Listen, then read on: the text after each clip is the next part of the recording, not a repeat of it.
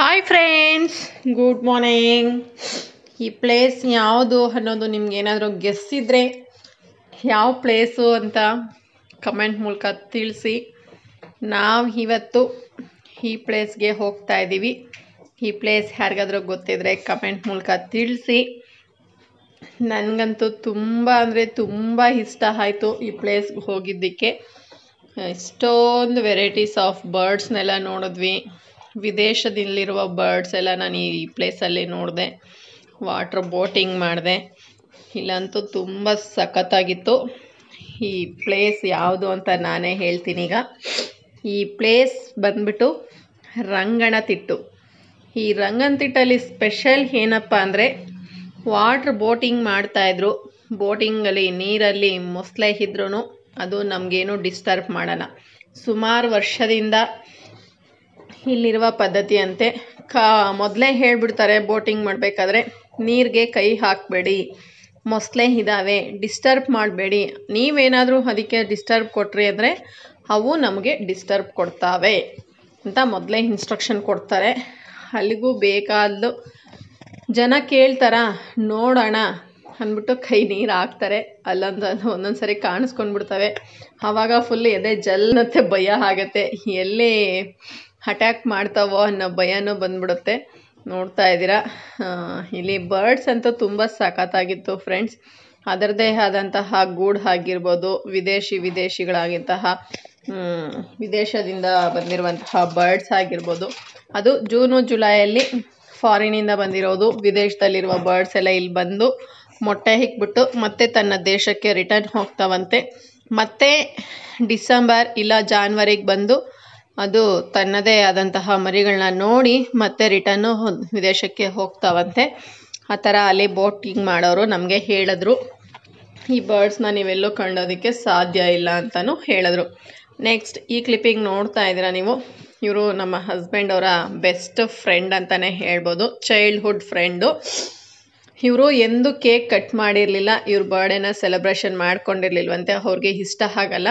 ನಾವು ಸರ್ಪ್ರೈಸಾಗಿ ಅವರ ಬರ್ಡೇನ cake cut ಮಾಡಿಸಿ ನಾವು ಸೆಲೆಬ್ರೇಟ್ ಮಾಡಿದ್ವಿ. ಅವರು ನಾನು ಮಾಡೋದೇ ಇಲ್ಲ, ನನಗಿಷ್ಟ ಆಗಲ್ಲ, ಇವೆಲ್ಲ ಯಾಕಮ್ಮ ಮಾಡಿದ್ದು ಅಂದರು. ನಮ್ಮ ಯಜಮಾನ್ರಿಗೂ ಯಾಕೆ ಇದೆಲ್ಲ ಅಂತ ಕೇಳ್ತಾಯಿದ್ರು.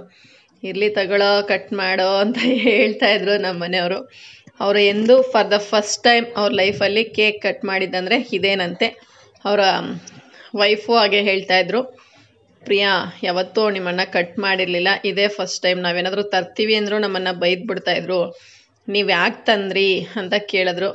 ಇರಲಿ, ಅದು ಒಂದು ಖುಷಿ ಇರಲಿ ಅಕ್ಕ ಅಂತ ಹೇಳಿದೆ. ಸೊ ಹಾಗೆ ಅವರು ಕೇಕ್ ಕಟ್ ಮಾಡಿ ಎಲ್ಲರಿಗೂ ಕೇಕ್ ತಿನ್ನಿಸಿ ಎಲ್ಲ ತುಂಬ ಎಂಜಾಯ್ ಮಾಡಿದ್ವಿ. ಅವ್ರಿಗೂ ಒಂದು ಮೆಮೊರಿ ಇರುತ್ತಲ್ವ, ನಾನು ಲೈಫಲ್ಲಿ ಫಸ್ಟ್ ಟೈಮ್ ಕೇಕ್ ಕಟ್ ಮಾಡಿದೆ ಅನ್ನೋದಕ್ಕೆ ಇದೊಂದು ಕಾರಣ. ನೆಕ್ಸ್ಟ್ ಇಲ್ಲಿ ಇದೆಲ್ಲ ಮಿಕ್ಸ್ ವಿಡಿಯೋಸ್ ಹಾಕ್ತಾಯಿದ್ದೀನಿ. ಇಲ್ಲಿ ನಾನು ನಮ್ಮ ಮನೆ ಮೇಲೆ ವಾಕಿಂಗ್ ಮಾಡಬೇಕಾದ್ರೆ ಬ್ಯಾಂಗ್ಳೂರ್ ವ್ಯೂ, ಈವ್ನಿಂಗ್ ವ್ಯೂನ ನಿಮಗೆ ತೋರಿಸ್ಕೊಡ್ತಾ ಇದ್ದೀನಿ. ನೋಡ್ತಾ ಇದ್ದೀರಾ, ಬ್ಯಾಂಗ್ಳೂರಲ್ಲಿ ಎಷ್ಟು ನೋಡಿದ್ರೂ ಫುಲ್ಲು ಮನೆಗಳು, ಬಿಲ್ಡಿಂಗ್ಗಳೇ ಕಾಣಿಸ್ತಾ ಇರ್ತವೆ. ಮರ ಅಂತೂ ಕಾಣೋದಿಲ್ಲ. ಇದೊಂದೇ ಬ್ಯಾಂಗ್ಳೂರಲ್ಲಿ ಸ್ವಲ್ಪನೂ ಜಾಗ ಇರೋದಿಲ್ಲ. ಇಲ್ಲಿ ನಮ್ಮ ಮನೆ ಮುಂದೆ ಮಂಗಳೂರು ಸೈಡವ್ರು ಇರೋದ್ರಿಂದ ಅವರು ಮನೆ ಮುಂದೆ ಸೇಮ್ ಮಂಗಳೂರು ಕಡೆ ಹೆಂಗೆ ಬೆಳೆಸ್ಕೊಂಡಿರ್ತೀವೋ ಅದೇ ಥರ ಬೆಳೆಸ್ಕೊಂಡಿದ್ದಾರೆ. ನೋಡೋದಕ್ಕೂ ತುಂಬ ಚೆನ್ನಾಗಿರುತ್ತೆ. ಇದು ನಾನು ಮೇಲ್ಗಡೆ ಈವ್ನಿಂಗ್ ಆದರೆ ವಾಕಿಂಗ್ ಹೋಗ್ತೀನಿ. ಖುಷಿ ಇಲ್ಲಿದೆ, ಬಾ ತಿನ್ ಬಾ.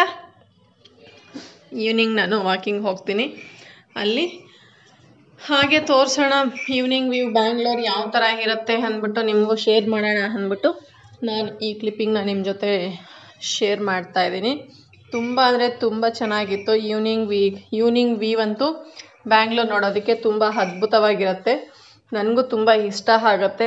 ನಮ್ಮ ಬಿಲ್ಡಿಂಗ್ ಮೇಲೆಗಡೆ ಟೆರೆಸಲ್ಲಿ ತುಂಬ ಚೆನ್ನಾಗಿರುತ್ತೆ. ಮಕ್ಕಳೆಲ್ಲ ಆಟ ಆಡಬಹುದು. ವಾಕ್ ಮಾಡ್ಕೊತ ಮಕ್ಕಳನ್ನ ಬಿಟ್ಬಿಟ್ರೂ ಯಾವುದೇ ಥರ ಭಯ ಇಲ್ಲ. ಯಾಕಂದರೆ ಫುಲ್ಲು ಕಾಂಪೌಂಡ್ ತುಂಬ ದೊಡ್ಡದಾಗಿ ಕಟ್ಟಿದ್ದಾರೆ. ಸೊ ಹಾಗಾಗಿ ಮಕ್ಕಳನ್ನ ಬಿಟ್ಟು ಹಾಗೆ ಒಂದು ವಿಡಿಯೋ ಮಾಡೋಣ ಅಂದ್ಬಿಟ್ಟು ಅಲ್ಲಿ ಸ್ವಲ್ಪ ಶೂಟ್ ಮಾಡಿದೆ. ಚೆನ್ನಾಗಿ ಬಂತು. ಈವ್ನಿಂಗ್ ವ್ಯೂ ತುಂಬ ಚೆನ್ನಾಗಿತ್ತು ಬ್ಯಾಂಗ್ಳೂರು ನೋಡೋದಕ್ಕೆ. ನೈಟು ಆಕಾಶದಲ್ಲಿ ಮೋಡ ಆಗಿರ್ಬೋದು, ಸನ್ಸೆಟ್ ಆಗಿರ್ಬೋದು, ತುಂಬ ಅದ್ಭುತವಾಗಿ ಕಾಣಿಸ್ತು. ಸೊ ಹಾಗೆ ಬಂದರೆ ನಮ್ಮ ಮಾಡಿ ಮೇಲೆ ಏನೆಲ್ಲ ಗಿಡಗಳಿದ್ದಾವೆ ಅನ್ನೋದನ್ನ ಸ್ವಲ್ಪ ನಿಮ್ಮ ಜೊತೆ ಶೇರ್ ಮಾಡೋಣ. ಬ್ಯಾಂಗ್ಳೂರಲ್ಲಿ ಬಾಡಿಗೆ ಮನೆಗಳಲ್ಲಿ ಓನರ್ ಒಪ್ಪೋದು ತುಂಬ ಕಷ್ಟ, ಗಿಡಗಳನ್ನೆಲ್ಲ ಇಡೋದಕ್ಕೆ ಬೆಳೆಸೋದಕ್ಕೆ. ಬಟ್ ಈ ಓನರ್ ಏನು ಹೇಳಿದ್ರು ಅಂದರೆ, ಈಗ ನಾವಿರೋ ಬಿಲ್ಡಿಂಗ್ ಓನರು ಏನೇ ಹಿಡ್ಕೊಳ್ಳಿ ಏನೋ ಬೆಳೆಸ್ಕೊಳ್ಳಿ ಸ್ವಲ್ಪ ನೀಟಾಗಿ ಮೇಂಟೈನ್ ಮಾಡಿ ಅಂತ ಹೇಳ್ಬಿಟ್ಟಿದ್ದಾರೆ. ಸೊ ಹಾಗಾಗಿ ಇಷ್ಟೆಲ್ಲ ಗಿಡಗಳಿಗೆ ಪ್ರತಿಯೊಂದು ಪಾಟಾಗಿದ್ದ ಪಾಟಿಗೂ ಕೆಳಗಡೆ ಒಂದೊಂದು ಪ್ಲೇಟ್ ಇಟ್ಬಿಟ್ಟಿದ್ದಾರೆ. ಸೊ ಹಾಗಾಗಿ ಏನೂ ತೊಂದರೆ ಇಲ್ಲ, ಏನೂ ಗಲೀಜಾಗಲ್ಲ. ವೀಕ್ಲಿ ಒನ್ಸ್ ಆರ್ ಟ್ವೈಸು ಎಲ್ಲ ಗಿಡಗಳೆಲ್ಲ ಕ್ಲೀನ್ ಮಾಡ್ತಾ ಇರ್ತಾರೆ. ಅಲ್ಲಿ ಬಿದ್ದಿರೋ ಕಸ ಕಡ್ಡಿ ಎಲ್ಲ ಎತ್ತಿ ಡಸ್ಟ್ಬಿನ್ಗೂ ಹಾಕ್ತಾ ಇರ್ತಾರೆ. ಸೊ ಹಾಗಾಗಿ ತುಂಬ ಚೆನ್ನಾಗಿ ಬೆಳೆಸ್ಕೊಂಡಿದ್ದಾರೆ. ಅದಕ್ಕೆ 2 days ಒನ್ಸು ಇಲ್ಲ 1 day ಬಿಟ್ಟು 1 day ನೀರು ಸಹ ಹಾಕ್ತಾ ಇರ್ತಾರೆ. ಮೇಲ್ಗಡೆನೆ ಟ್ಯಾಪು ಇದೆ ಫ್ರೆಂಡ್ಸ್, ನೀರು ಹಾಕೋದಕ್ಕೆ ಕೆಳಗಿಂದ ಹೊತ್ಕೊಂಡು ಹೋಗಬೇಕು ಅನ್ನೋ ನೆಸೆಸಿಟಿನೂ ಇಲ್ಲ. ನೋಡ್ತಾ ಇದ್ದೀರಾ ಎಷ್ಟು ಬ್ಯೂಟಿಫುಲ್ ಕಲರ್ಫುಲ್ ಆಗಿದೆ ಅಲ್ವಾ ರೋಸಸ್ ಅಂತೂ. ನನಗಂತೂ ತುಂಬ ಇಷ್ಟ ಆಗುತ್ತೆ ಈ ಥರ ಕಲರ್ಫುಲ್ ರೋಸಸ್ ಇದ್ದರೆ ಅಂತೂ. ನೋಡೋದಕ್ಕೂ ಇಷ್ಟ, ಬೆಳೆಸೋದಕ್ಕೂ ಇಷ್ಟ, ತುಂಬ ಚೆನ್ನಾಗಿರುತ್ತೆ. ಫ್ಲವರ್ಸು ಗಿಡದಲ್ಲಿ ಇದ್ರೇ ನೋಡೋದಕ್ಕೆ ಚೆಂದ ಆಗ್ತಾ ಇರುತ್ತೆ. ಅದು ಒಂದು ವಾರ ಆಗಲಿ ಎಷ್ಟೊಂದು ಫ್ರೆಶ್ ಆಗಿರುತ್ತಲ್ವ, ತುಂಬ ಅದ್ಭುತ ಆಗುತ್ತೆ. ನೆಕ್ಸ್ಟ್ ಇಲ್ಲಿ ಬಂದರೆ ಅವರೆಕಾಯಿನ ಅಪ್ಪ ನಾನು ಅಮ್ಮ ಸಾರಿಗೆ ಇದ್ಕಿನ ಬೇಳೆ ಸಾರಿಗೆ ಬೇಯಿಸ್ಕೊಳ್ಳೋಣ ಅಂದ್ಬಿಟ್ಟು ಅವರೆಕಾಯಿನ ಕಿತ್ಕೊಳ್ಳೋಣ ಅಂತ ಹೋಗಿದ್ದೀವಿ. ಅಪ್ಪ ಬೈತಾಯಿದ್ರು ನನ್ನನ್ನು, ಹೋಗಮ್ಮ ನಿನ್ನಿಂದ ಆಗಲ್ಲ, ನಾನು ಕಿತ್ಕೊಂಡು ಬರ್ತೀನಿ, ನಾನು ನಿಮ್ಮ ಮಮ್ಮಿ ಕಿತ್ಕೊಂಡು ಬರ್ತೀವಿ, ಹೋಗಮ್ಮ ನಿನ್ನ ಮನೆಗೆ ಅಂದರು. ನಾನು ಆವಾಗ ಹೇಳ್ದೆ, ನನಗೂ ಇಷ್ಟ ಇರಪ್ಪ, ನಾನು ಕೆಲಸ ಮಾಡ್ತೀನಿ, ಬೆಂಗಳೂರಲ್ಲಂತೂ ಏನೂ ಕೆಲಸ ಮಾಡೋಕ್ಕಾಗಲ್ಲ, ತೋಟದಲ್ಲಾದರೂ ಸ್ವಲ್ಪ ಕೆಲಸ ಮಾಡ್ತೀನಿ ಅಂತ ನಾನು ಅಪ್ಪ ಅಮ್ಮನ ಜೊತೆ ಮಾತಾಡಿಕೊಂಡು ಹಾಗೆ ಅವರೆಕಾಯಿನ ಕಿತ್ಕೊಂಡು ಬಂದ್ವಿ ಮನೆಗೆ. ಅಪ್ಪ ಸುಮಾರು ಒಂದು 2 ಎಕರೆ ಅವರೆಕಾಯಿ ಹಾಕಿದ್ರು ಅಂತಲೂ ಹೇಳಿದೆ, ಲಾಸ್ಟ್ ಟೈಮ್ ವಿಡಿಯೋ ಅಲ್ಲೂ ತೋರಿಸಿದ್ದೆ. ಇದೆಲ್ಲ ಫೈನಲ್ ಸ್ಟೇಜು. ಸಂಕ್ರಾಂತಿ ಟೈಮಲ್ಲಿ ಒಂದು 50ರಿಂದ 60 ರೂಪಾಯಿ ಹೋಯ್ತು ಕೆಜಿನೂ. ಕಾಯಿ ತುಂಬ ಸಿಕ್ಕಲಿಲ್ಲ, ಮಳೆಗೆ ಸಿಗಾಕ್ಕೊಂಡು ಫುಲ್ಲೆಲ್ಲ ಉದುರೋಗ್ಬಿಟ್ಟಿತ್ತು. ಜೊತೆಗೆ ಒಣಗಿದ ಕಾಯಿನೂ ಆಗಿತ್ತು. ಹಸಿ ಕಾಯಿ ಇರೋದನ್ನ ಮಾರ್ಕೆಟ್ಗೆ ಹಾಕಿ ಅಪ್ಪ ಸ್ವಲ್ಪ ಮಾರ್ಕೆಟ್ಗೆ ಹಾಕಿದ್ರು. ಸ್ವಲ್ಪ ಸುತ್ತಮುತ್ತ ಇರೋರು ಬಂದಾಗ ಕಿತ್ಕೊತೀವಿ ಅಂದಾಗ ಕಿತ್ಕೊಳ್ಳಿ ಅಂತ ಹೇಳೋದು. ಅಪ್ಪನಿಗೆ ಯಾವತ್ತೂ ಕಿತ್ಕೋಬೇಡಿ ಅನ್ನೋ ಮಾತೇ ಬರಲ್ಲ. ತನಗಿರೋದ್ರಲ್ಲಿ ಒಬ್ರಿಗೆ ಹಂಚಿ ತಿನ್ನೋಣ ಅನ್ನೋ ಬುದ್ಧಿ ಮಾತ್ರ ಅಪ್ಪನ ಹತ್ರ ಇದೆ. ಸೊ ಹಾಗಾಗಿ ತೋಟದ ಹತ್ರ ಯಾರೇ ಬಂದು ಅವರೆಕಾಯಿ ಕೊಡಿ ಅಂದರು ಯಾರಿಗೂ ಇಲ್ಲ ಅಂತ ಮಾತ್ರ ಹೇಳಲ್ಲ, ಕಿತ್ಕೊಳ್ಳಿ ಅಂತಲೇ ಹೇಳ್ತಾರೆ. ಸೊ ಹಾಗಾಗಿ ಇಲ್ಲಿ ನೋಡ್ತಾ ಇದ್ದೀರಾ, ಅಪ್ಪ ನಾನು ಅಮ್ಮ 3 ಜನನೂ ಮನೆಗೆ ಆಗುವಷ್ಟು ಕಾಯಿಗಳನ್ನ ಕಿತ್ಕೊಂಡು ಬಂದ್ವಿ.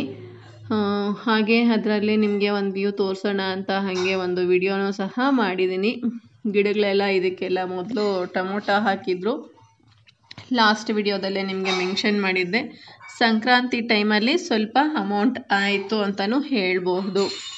ಏನಿಲ್ಲ ಅಂದರೂ ಒಂದು 2-3 ಸಾರಿ 1.5 ಕ್ವಿಂಟಾಲ್ ಅಷ್ಟು ಮಾರ್ಕೆಟ್ಗೆ ಹಾಕಿದ್ರು. ಅವಾಗ ಒಂದು 50ರಿಂದ 60 ರೂಪಾಯಿ ಸಿಕ್ತು. ನೆಕ್ಸ್ಟ್ ಇಲ್ಲಿ ಟೊಮೊಟೊ ಒಂದು ಸರಿನೂ ಕಿತ್ತಿಲ್ವಂತೆ, ಗಿಡಗಳು ಮಾತ್ರ ಈ ಥರ ಆಗಿದ್ದಾವೆ. ನಿಜ ತುಂಬ ಬೇಜಾರು ಆಗುತ್ತೆ. ರೈತರ ಕಷ್ಟ ಯಾರಿಗೆ ಹೇಳೋಣ. ಇಲ್ಲಿ ನೋಡಿದ್ರೆ 40 ರೂಪಾಯಿ 50 ರೂಪಾಯಿ ಅಂತಾರೆ, ಅಲ್ಲಿ ಗಿಡ ನೋಡಿದ್ರಿ ಯಾವ ಥರ ಆಗಿದೆ ಅಂತ. ಏನಮ್ಮ ಓಡ್ ಬಂದ್ಬಿಟ್ಟ? ಗ್ಲಾಸ್ ಆಯ್ತು, ಆಟ ಆಡ್ಕೋಗು, ಸೌಂಡ್ ಮಾಡಬಾರ್ದು, ಬೈತಾರೆ. ಸಪೋಟ ನೋಡ್ತಾ ಇದ್ದೀರಾ. ಇದಂತೂ ತುಂಬ ಅದ್ಭುತವಾಗಿತ್ತು. ನಮ್ಮ ಹಸ್ಬೆಂಡ್ ಆಫೀಸಲ್ಲಿ ಪೆಟ್ಸ್ ಇತ್ತಂತೆ. ಸೊ ಅದನ್ನ ವಿಡಿಯೋ ಮಾಡ್ಕೊಂಡು ಬಂದಿದ್ರು ನನಗೆ ತೋರಿಸೋದಕ್ಕೆ. ಎಷ್ಟು ಮುದ್ದಾಗಿದೆ ಅಲ್ವಾ, ಎಷ್ಟು ಮುದ್ದಾಗಿದೆ ಅಲ್ವಾ ಒಂದೊಂದು ಪೆಟ್ಟುನು. ತುಂಬ ಅಂದರೆ ತುಂಬ ಚೆನ್ನಾಗಿತ್ತು. ನಮ್ಮ ಹಸ್ಬೆಂಡ್ಗೆ ತುಂಬ ಇಷ್ಟ ಆಗಿತ್ತು. ತಗೋಬರ್ತೀನಿ ಸಾಕ್ತೀಯಾ ಅಂತಲೂ ಕೇಳಿದ್ರು. ನನ್ನಿಂದ ಆಗಲ್ಲ ಸ್ವಾಮಿ, ನನ್ನ ಮಕ್ಕಳು ದೊಡ್ಡವರಾಗೋ ತನಕ ಏನೂ ಸಾಕೋದಿಲ್ಲ ಅಂತ ಹೇಳಿದೆ. ನಮ್ಮ ಹಸ್ಬೆಂಡ್ಗೆ ತುಂಬ ಇಷ್ಟ ಆಗಿತ್ತು. ತುಂಬ ಅದ್ಭುತವಾಗಿದ್ದಾವಲ್ವ ನೋಡೋದಕ್ಕೂ. ನೋಡಿ ಎಷ್ಟೊಂದು ಪುಟ್ಟ ಮರಿಗಳನ್ನ ನೋಡೋದಕ್ಕೆ ಇಷ್ಟ. ದೊಡ್ಡದಾದ್ಮೇಲೆ ಹೋಗೋತ್ತ ಅಂತೀವಿ. ಪುಟ್ಟ ಮರಿ ಇದ್ದಾಗ ಎಷ್ಟು ಕ್ಯೂಟಾಗಿ ಎಷ್ಟೊಂದು ಕಲರಾಗಿ ಇರುತ್ತಲ್ವ. ನಿಜ ನೋಡೋದಕ್ಕೆ ನೋಡ್ತಾ ಇದ್ರೇ ಬೇಕು ಅನ್ನಿಸುತ್ತೆ. ನನಗೂ ಸಾಕಬೇಕು ಅಂತ ಒಂದು ಮೈಂಡಲ್ಲಿ ಇದೆ. ಬಟ್ ಮಕ್ಕಳು ಸಣ್ಣವ್ರು ಇರೋದ್ರಿಂದ ಸಾಕೋದಕ್ಕೆ ಇಷ್ಟ ಆಗಲ್ಲ. ಈಗ ಸ್ವಲ್ಪ ಮಕ್ಕಳು ದೊಡ್ಡವ್ರು ಆದಮೇಲೆ ಸಾಕ್ತೀನಿ ಅಂತಲೂ ಹೇಳಿದ್ದೀನಿ ಹಸ್ಬೆಂಡ್ಗೆ. ನೋಡೋಣ, ಮಕ್ಕಳು ದೊಡ್ಡವ್ರು ಆದಮೇಲೆ ನನಗೇನಾದರೂ ಆವಾಗ ಸಾಕೋಕ್ಕೆ ಇಂಟ್ರೆಸ್ಟ್ ಇದ್ದರೆ ಆವಾಗ ಸಾಕಬೇಕು ಅಂತ ಅಂದ್ಕೊಂಡಿದ್ದೀನಿ. ಮನೆಗೆ ಒಂದು ನಾಯಿ ಮರಿ ಇದ್ದರೆ ತುಂಬ ಒಳ್ಳೆಯದೇ. ನನಗಂತೂ ತುಂಬ ಇಷ್ಟ ಆಗುತ್ತೆ. ಈಗಲೂ ಸಹ ಪಕ್ಕದ ಮನೆಯಲ್ಲಿ ನಾಯಿ ಮರಿ ಇದೆ, ಅದ್ರ ಹೆಸರು ಖುಷಿ ಅಂತ. ಓಡಿ ಬಂದ್ಬಿಡುತ್ತೆ, ನಾನು ಕಂಡ್ರೇ ಓಡಿ ಬರುತ್ತೆ ಬಿಸ್ಕೆಟ್ ಹಾಕ್ತಾಳೆ ಅಂತ. ಅದಕ್ಕೆ ಒಂಥರ ಅಭ್ಯಾಸ. ಅವ್ರ ಮನೆಯವರೆಲ್ಲ ಬೈತಾ ಇರ್ತಾರೆ, ಎಲ್ಲೂ ಹೋಗಿಲ್ಲ 6 ವರ್ಷದಿಂದ, ಇವ್ರನ್ನ ಕಂಡ್ರೆ ಓಡೋಗ್ತೀಯಲ್ಲ. ಅವ್ರು ಕೂಡ ಬೇಕಿಲ್ಲ ಫ್ರೆಂಡ್ಸ್, ನಾನು ಕಾಣಿಸಿದ್ರೆ ಅದಕ್ಕೆ ನನ್ನ ಜೊತೆ ಓಡಿ ಬಂದ್ಬಿಡುತ್ತೆ. ಮತ್ತು ಅವ್ರ ಮನೆಗೂ ಹೋಗೋದಿಲ್ಲ, ನನ್ನ ಹತ್ರನೇ ಇದ್ದೋಗುತ್ತೆ. ಸೊ ಹಾಗಾಗಿ ಅವರು ಬಿಡೋದೇ ಇಲ್ಲ, ಅದನ್ನ ಕಟ್ಟಿ ಹಾಕ್ತಾ ಇರ್ತಾರೆ. ಈ ನಾಯಿ ಮರಿಗಳು ಒಂದೊಂದು ಬಂದ್ಬಿಟ್ಟು 25,000 30,000 ಅಂತೆ. ತುಂಬ ಇನ್ನು ಸಣ್ಣ ಮರಿಗಳು 4 ಮಂತ್ಸ್ 5 ಮಂತ್ಸ್ ಬೇಬೀಸ್ ಅವೆಲ್ಲ ಮಾರೋದಕ್ಕೆ ತಂದಿರೋದು. ನಮ್ಮ ಹಸ್ಬೆಂಡ್ ಫ್ರೆಂಡ್ ಸಾಕ್ತಾರಂತೆ ನಾಯಿ ಮರಿಗಳನ್ನ. ಸೊ ಅವರು ಯಾರೋ ಕೇಳಿದ್ದಾರೆ ಅಂದ್ಬಿಟ್ಟು 3 ಪೆಟ್ಸ್ನ ತಂದು ಮಾರಿದ್ದಾರೆ ಅಲ್ಲಿ. ಎಸ್ ಫ್ರೆಂಡ್ಸ್, ಇವತ್ತಿನ ವಿಡಿಯೋ ಇಷ್ಟೇ. ಈ ವಿಡಿಯೋ ಖಂಡಿತ ನಿಮಗೆ ಇಷ್ಟ ಆಗಿದೆ ಅಂದ್ಕೊಂಡಿದ್ದೀನಿ. ವಿಡಿಯೋ ಇಷ್ಟ ಆಗಿದ್ದಲ್ಲಿ ಲೈಕ್ ಮಾಡಿ, ಶೇರ್ ಮಾಡಿ, ಕಮೆಂಟ್ ಮಾಡಿ. ಇನ್ನೂ ಯಾರೆಲ್ಲ ನನ್ನ ಚಾನಲನ್ನು ಸಬ್ಸ್ಕ್ರೈಬ್ ಮಾಡದೆ ನೋಡ್ತಿದ್ರೆ ದಯವಿಟ್ಟು ಈ ಕೂಡಲೇ ಸಬ್ಸ್ಕ್ರೈಬ್ ಮಾಡ್ಕೊಂಡು ನೋಡಿ. ಹಾಗೆ ಪಕ್ಕದಲ್ಲಿ ಕಾಣುವ ಬೆಲ್ ಐಕಾನ್ ಸಹ ಪ್ರೆಸ್ ಮಾಡಿ. ಮತ್ತೊಂದು ಇಂಟ್ರೆಸ್ಟಿಂಗ್ ವಿಡಿಯೋ ಸಿಗ್ತೀನಿ. ಅಲ್ಲಿ ತನಕ ನಮಸ್ಕಾರ, ಬಾಯ್ ಬಾಯ್, ಟೇಕ್ ಕೇರ್.